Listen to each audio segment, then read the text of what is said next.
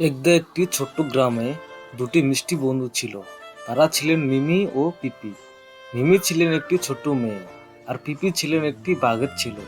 তাদের মধ্যে খুব ভালো বন্ধুত্ব ছিল। একদিন মিমি ও পিপি প্রদর্শনী দেখতে গিয়ে বনের পাশে একটি পাখির আবাসের খোল দেখল। মিমি ও পিপি আশ্চর্য ভরা হয়ে গেল, কেননা তারা এই পাখির গুলিতে খুব বন্ধুত্বপূর্ণ পাখি দেখেননি। মিমি বলল, আমরা কি করি? পিপি উত্তর দিল, আমরা চলি পাখির আবাসে। মিমি ও পিপি পাখির আবাসে পৌঁছালো। তারা দেখলো একটি অদ্ভুত দৃশ্য। পাখিরা একসঙ্গে গান গাইতে মজা করছিল।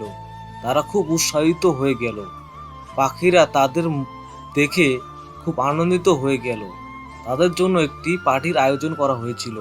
মিমি ও পিপি পার্টিতে খুব মজা করলো এবং পাখিরা তাদের খুব স্বাগত করলো। পার্টি শেষে পাখিরা মিমি ও পিপির কাছে বলল, তোমরা আমাদের সাথে এত মজা করলে ধন্যবাদ। তোমাদেরকে আমাদের বনের সবচেয়ে ভালো বন্ধু হিসেবে গ্রহণ করতে চাই। মিমি ও পিপি খুব খুশি হয়ে উত্তর দিল, আমরা আমাদের বনের সবচেয়ে ভালো বন্ধু হতে চাই। এবং তারা একসঙ্গে আরো মজা করতে বনের দিকে ফিরে চলে গেল।